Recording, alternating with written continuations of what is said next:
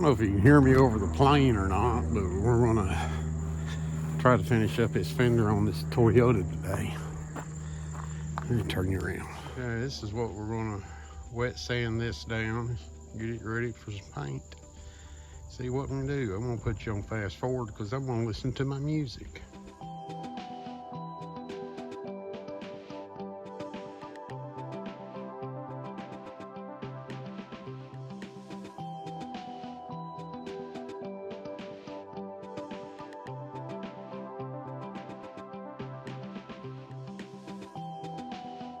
Okay, I used hot water and some dishwashing soap and 320 grit sandpaper. I've got that primer spot out. It's smooth as it can be. I think what I'm gonna do is I'm gonna make my paint line come down here over to this fender guard, up over the fender guard, and down over here to the edge of the door. I think that's the way I'm gonna take care of it. And let this dry a little bit. I'm gonna get another clean dry towel, wipe it down, and then I'm gonna use some glass cleaner to clean it off, and I'm gonna taper it. Okay, what you guys didn't see me do is where I scuffed up the paint around this section here above that fender skirt, whatever you call this, trim piece, and roughed it up over here with some 400, and that way I overspray. When I get through, I can come out here and put some polishing compound on it and blend it in. That should take care of it. That's the best way I know to do it. I'm not a trained professional, so if you don't like the way I'm doing it, then find somebody else.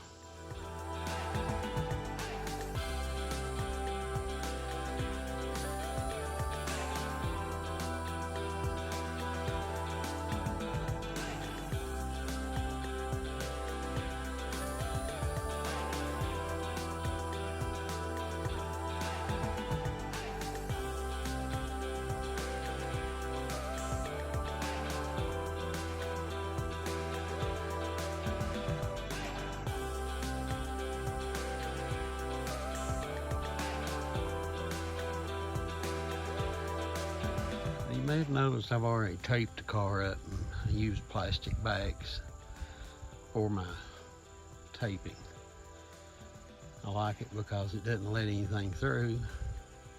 I got a couple more spots to tape down, then I'm going to start wiping it down one more time and then spray. I bought 2 cans of this Duplicolor Perfect Matte Pearl White, and I'm going to have to order another antenna piece to hold my antenna up over here because it had dry rotted and fell apart when I was sanding. You'll have to forgive me, I had a terrible head cold and I'm still trying to get over it. So, been shaking this for a while. I'm gonna wipe her down one more time. The cloth was a little tacky from wetness from the last time. Just to make sure.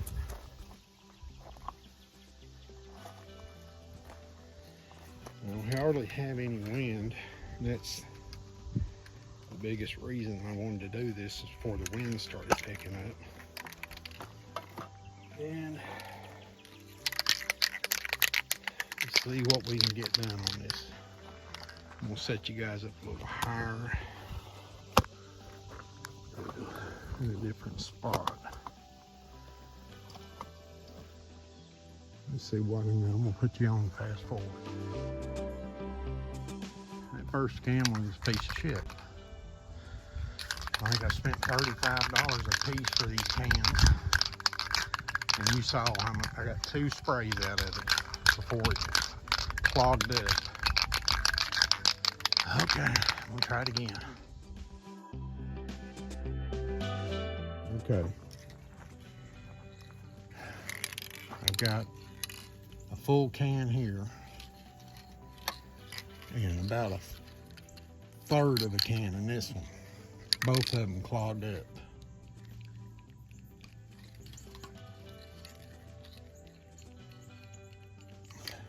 Both together. Clogged up. I hope somebody from Duplicolor sees this. This is a bunch of shit.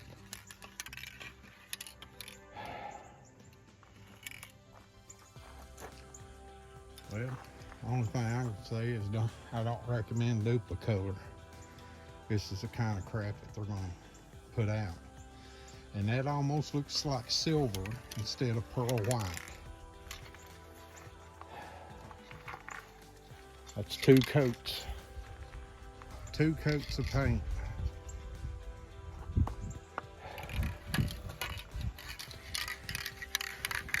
Junk.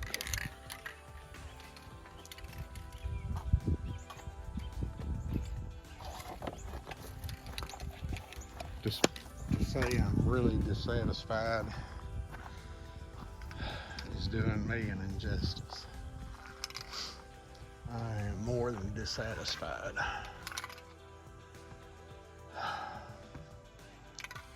I've never had problems with Duplicolor paint before.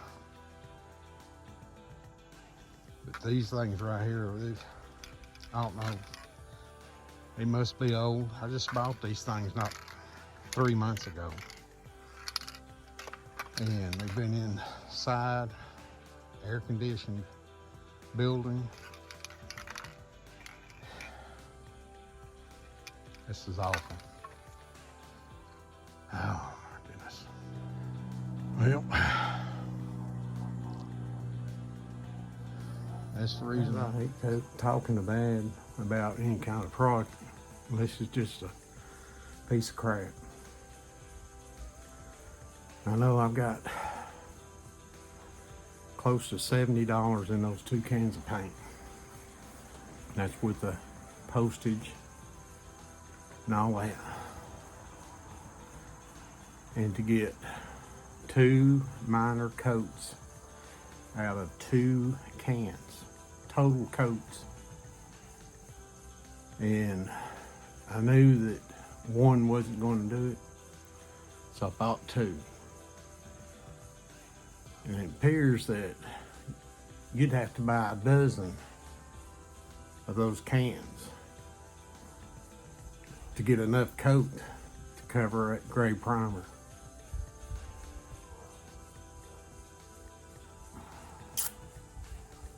Totally disgusted with it. I hope that Duplicolor sees this and makes it right. I've shook those cans, I know, a good 6 minutes apiece. And there's no reason why. I got maybe 30 good seconds of spray time. It's crazy. I'm literally disappointed. Catch you guys on the next video.